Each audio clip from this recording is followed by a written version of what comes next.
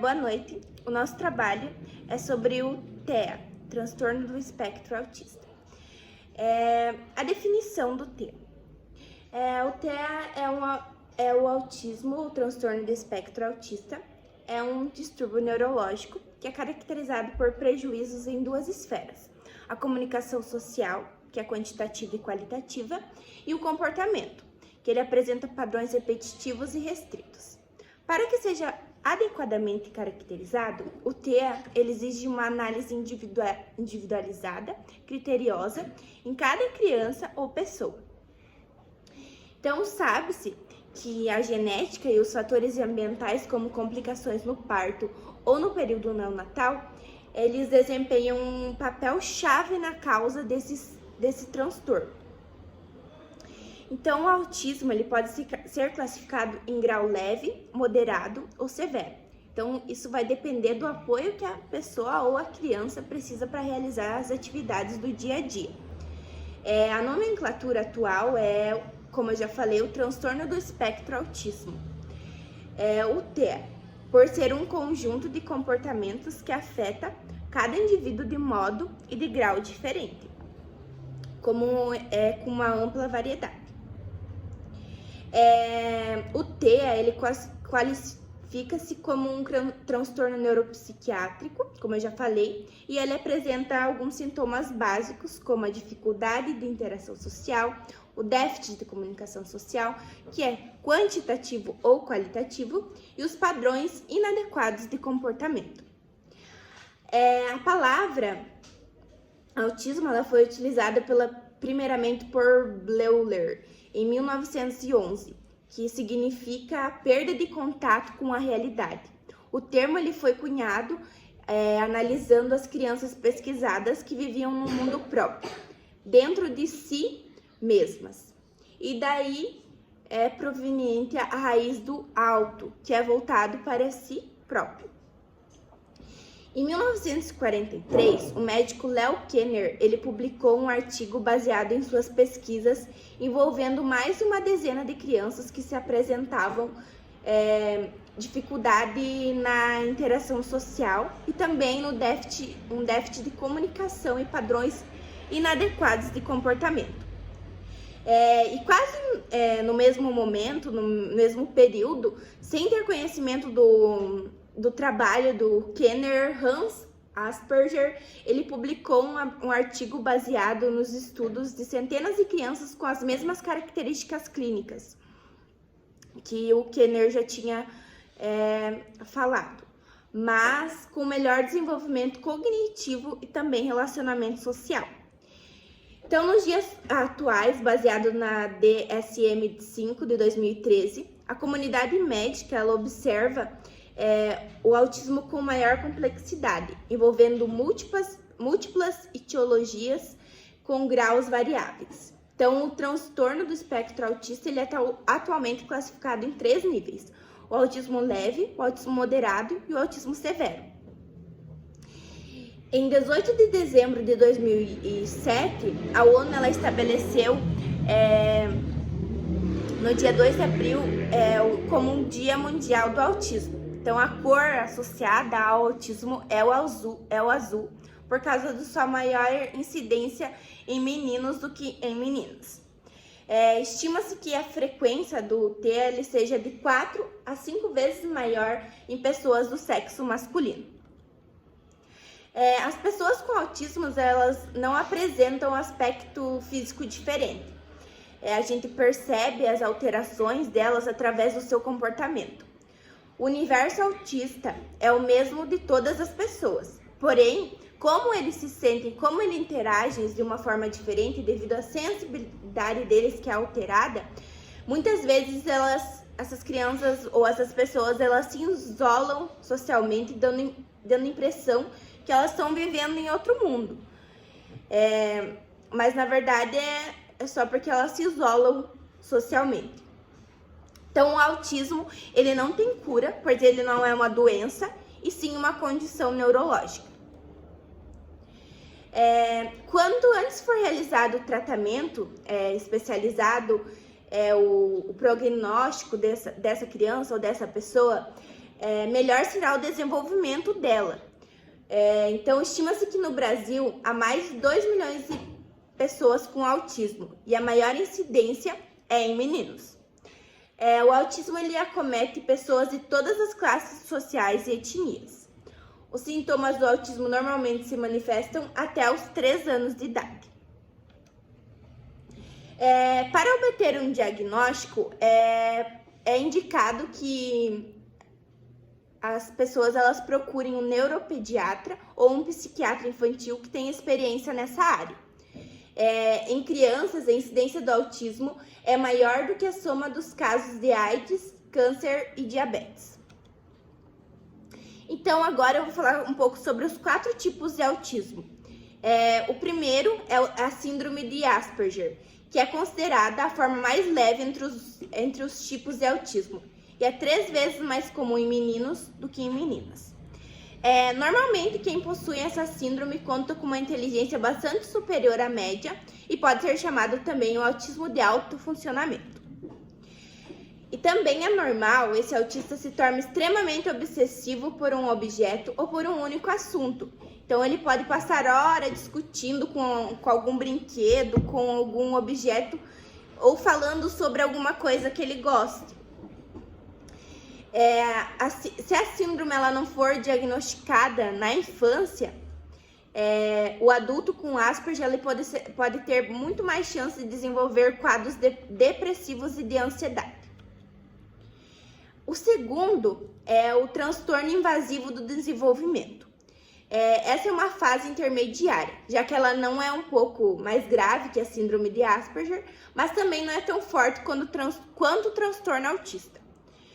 Nesse caso, os sintomas são muito variáveis, porém, de uma maneira geral, o paciente ele apresentará quantidade menor de comportamentos repetitivos, dificuldades com a interação social, competência linguística inferior à síndrome de Asperger, mas superior à do transtorno autista.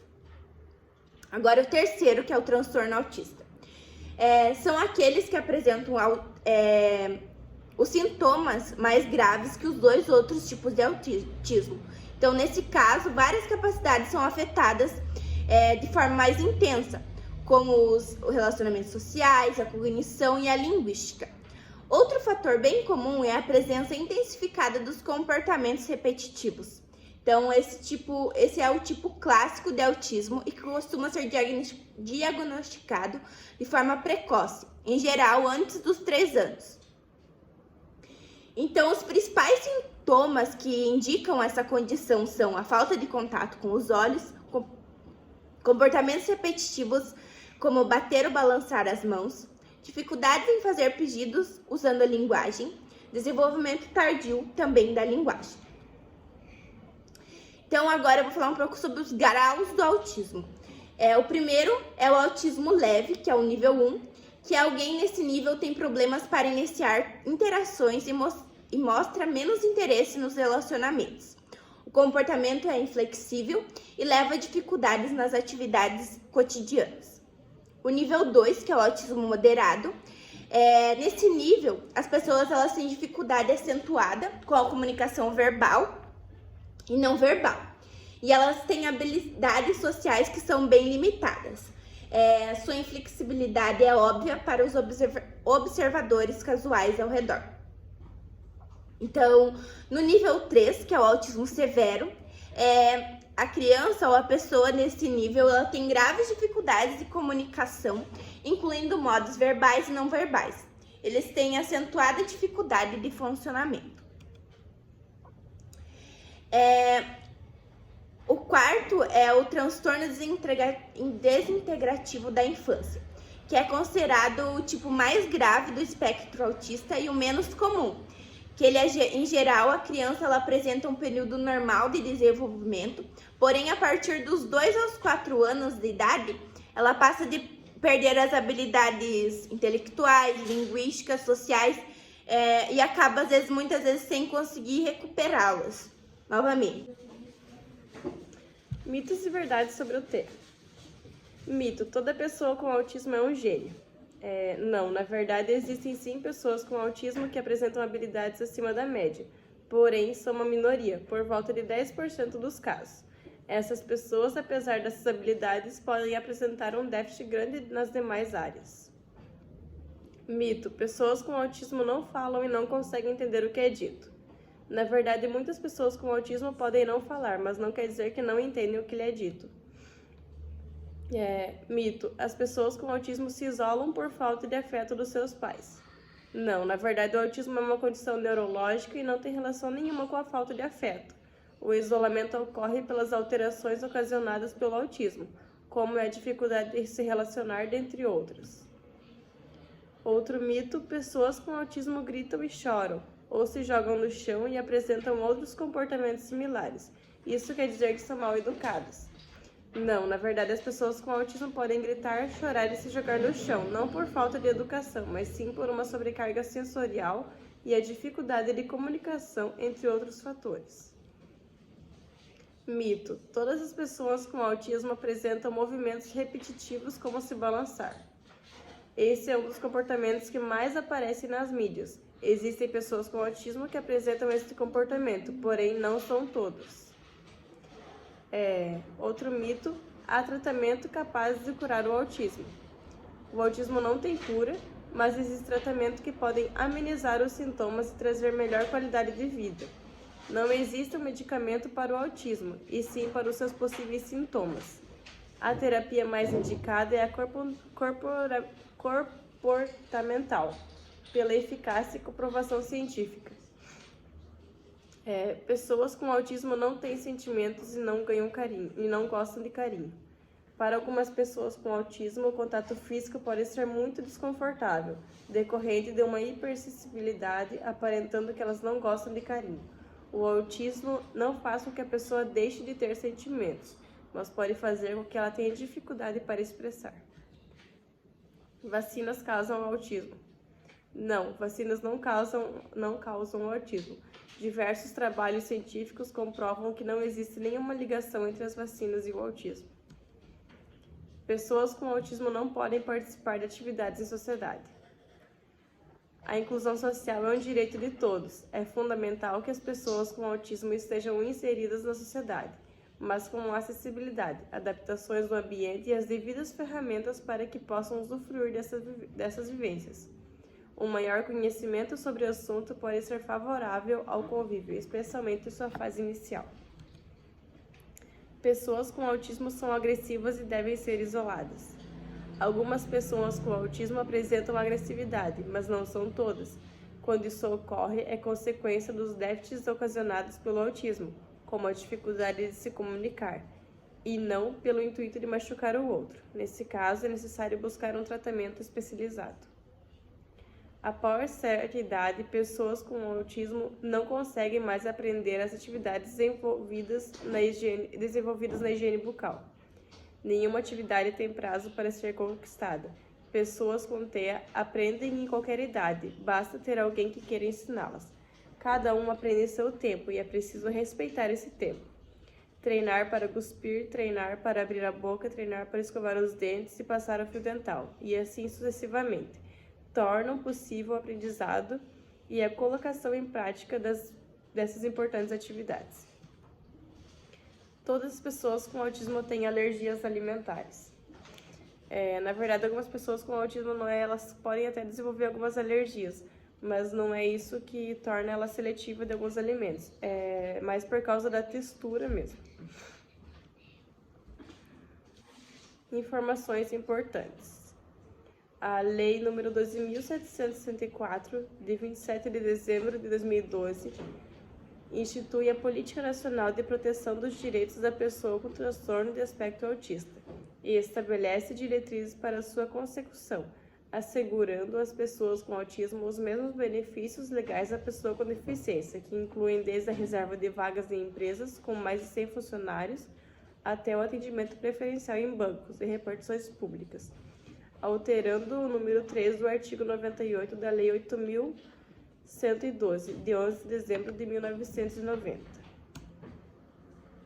Marcos do desenvolvimento infantil do primeiro ano de vida. A jornada do desenvolvimento físico e intelectual de uma criança começa desde o primeiro suspiro. Os bebês chegam ao mundo curiosos, ansiados por descobrir sentido no que os rodeia. Os marcos do desenvolvimento infantil começam graças a uma junção de fatores: a interação do bebê com os pais, os estímulos que são direcionados a ele e uma boa nutrição, cuidados adequados e saúde de modo geral. Então, durante o momento da amamentação, né, é ideal e é esperado também que a criança faça o contato visual com quem está o alimentando, seja a mãe ou seja uma terceira pessoa, por meio de mamadeiras ou copinhos, né? E o contato também é esperado pela pele, tanto a amamentação quanto contato de pele a partir dos 3 a 4 meses de idade. Então, ele busca fazer carinho, ele busca beliscar, dar tapinhas, né? E esse contato, ele é muito significativo, então a gente tem que ficar observando e levar em consideração caso isso não aconteça.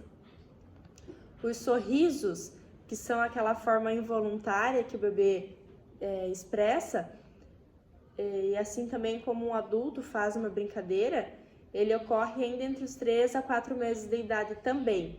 Então, se o bebê não sorri, não manifesta alguma expressão,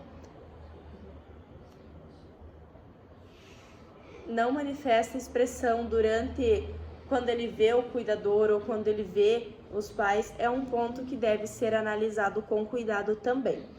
Quanto à emissão de sons, ela é importante, né? Pois é o início da comunicação verbal da criança. Então, o bebê começa a fazer grunhidos, o dadá, o babá, má, e isso ocorre a partir dos 6 meses de idade, né? Então, é importante que os cuidadores, os pais, façam esses sons, emitam esses sons para estimular a criança a desenvolver, né? E assim também fazer com que ela aprenda a se socializar. O fato de rolar, de sentar, de segurar objetos, ele é um marco esperado a partir dos 6 meses de idade, que primeiro o bebê desenvolve o controle sobre os seus movimentos, a sustentação da cabeça e, por consequência, a sustentação do tronco e o controle do sentar e do rolar. Assim como ele vai aos poucos pegando os objetos e experimenta bater, jogar no chão, amassar também, né? Após esse processo, é esperado que o bebê rasteje, engatinhe e fique em pé. Então, é um momento em que a criança começa a ter uma exploração maior, um momento de independência, né? Ele começa se arrastando, vai com a barriguinha no chão, depois ele tenta levantar, firmando os joelhos, e nessa etapa ela se desenvolve a partir dos 9 ou 10 meses de idade. Quanto às intervenções pedagógicas, né, cabe aos pais dos alunos com TEA, o transtorno espectro autista, a decisão de compartilhar um diagnóstico com a equipe escolar. Então, também eles têm que consentir a menção, né, desse documento, desse diagnóstico, por meio da escola. Esse é um documento confidencial, né, uma questão de ética e direito tanto dos pais quanto da criança. Na escola, os professores eles devem proporcionar à comunidade escolar a conscientização sobre o autismo, assim como promover aulas, debates, trazer vídeos, estratégias para como trabalhar com as crianças autistas, né? E assim também o diagnóstico do aluno ele pode ser aberto para a comunidade escolar desde que haja o consentimento dos pais. Então, para essas intervenções terem um sucesso, a escola deve incentivar os pais e a comunidade, né, a conhecerem os diagnósticos, conhecerem os sinais do transtorno espectro autista, certo? Antes do início do ano letivo, né, o professor ele define os seus objetivos educacionais, quais os suportes que ele vai necessitar e assim como os objetivos de avaliação de todos os alunos em geral. Ele vai adequando o currículo que ele planejou de acordo com as necessidades dos alunos com TEA. Então, ele vai a partir do cognitivo individual de cada criança, vai adaptando a grade curricular, né? Então ele não vai reduzir conteúdo, ele vai trabalhar de uma forma diferenciada o conteúdo para que o aluno mantenha o foco e também consiga a aprendizagem. Então, garantir para que esses alunos com TEA tenham acesso ao currículo por meio dessas adaptações, né? São jogos adaptados, imagens, fotos, esquemas, signos visuais também, e assim como permitir o acesso a móveis adaptados, visando uma organização sensório-motora e adequada da postura do aluno com TEA. Ele vai identificar também a tolerância aos estímulos auditivos das crianças, assim como a tolerância da aprendizagem da sala de aula, certo? O professor também desenvolve um esquema de registro de desempenho de comportamento desses alunos com TEA, e ele visa, traz, né, o envolvimento da criança durante o ano baseado nos objetivos que ele estudou para fazer o currículo, né? Qual que é a finalidade desses documentos? São fins estatísticos, né, que levam à reprogramação e avaliação tanto da metodologia quanto do nível de aprendizagem dos alunos com transtorno espectro autista. Então, esses alunos, eles têm exagerado nos apegos das rotinas, eles têm que seguir uma rotina fielmente. Dessa forma, também o professor facilita porque ele prevê qual será o próximo passo da criança. Então, de certa forma, auxilia na rotina que o professor cria para aplicar as diferentes atividades, né? Então, ele vai fazer agendas ilustradas, vai trabalhar com calendário, vai ter uma sequência de atividades que ele vai seguir, né? E quais os momentos que ele vai aplicar essas atividades que ele planejou. Então, aos poucos, conforme o grau da funcionalidade do aluno com TEA, a escola oferece um professor auxiliar, né, para acompanhar em sala de aula e as outras atividades da criança, seja no momento de lanche, seja no momento de atividade em quadra, seja no momento de atividade com massinha, por exemplo, que envolve mais texturas, né? Essas intervenções, elas capacitam também o aluno para lidar com capacita o professor, perdão, para lidar com os alunos com TEA, né? Então, ele vai ensinando como instalar, como manter ou até como eliminar certos comportamentos. Como se o comportamento for mais agressivo, o professor vai trabalhando para que diminua esse comportamento ou tire-o da rotina da criança. Então, para que isso aconteça, é necessário que tenha uma boa comunicação entre família e escola, assim como também a inclusão dos alunos com TEA no ambiente escolar com as outras crianças, né? Então, pode ser feito reuniões com objetivos, né, de educação, com objetivos comportamentais, tanto para os colegas quanto para esses alunos em específico, assim como para com os colaboradores da escola, né? O uso da agenda facilita muito a comunicação entre professor e família. Então, vai trazer ali informações, troca de informações sobre o comportamento da criança, ocorrências domésticas, como que a criança faz em casa, questão da alimentação também, né? Então, o objetivo também é garantir que o aluno tenha um atendimento educacional, gratuito e em classes, escolas ou serviços especializados, sempre na função das condições específicas do aluno. Não ser possível a integração em escolas de ensino regular, conforme o capítulo 5 da Educação Especial, né, do título 5 da Lei 9.394, de 20 de dezembro de 1996, que ela estabelece as diretrizes da Base da Educação Nacional. Os dados sobre o autismo no Brasil, eles são da pesquisa do IBGE, do ano de 2022, né, nós temos as bases dos números de porcentagens baseadas em outros países. Então, o que nós podemos afirmar é que o país deve ter ou pode ter aproximadamente 2 milhões de pessoas com autismo. De acordo com a ONU e estimativas globais, isso gera em torno de 1% da população ser autista, né? Então, o Brasil, conforme a projeção do IBGE, ele ultrapassou os 208 milhões de habitantes em agosto de 2018, Ou seja, não dá para afirmar que é um número cravado, né? E esse foi o nosso trabalho sobre o transtorno espectro autista.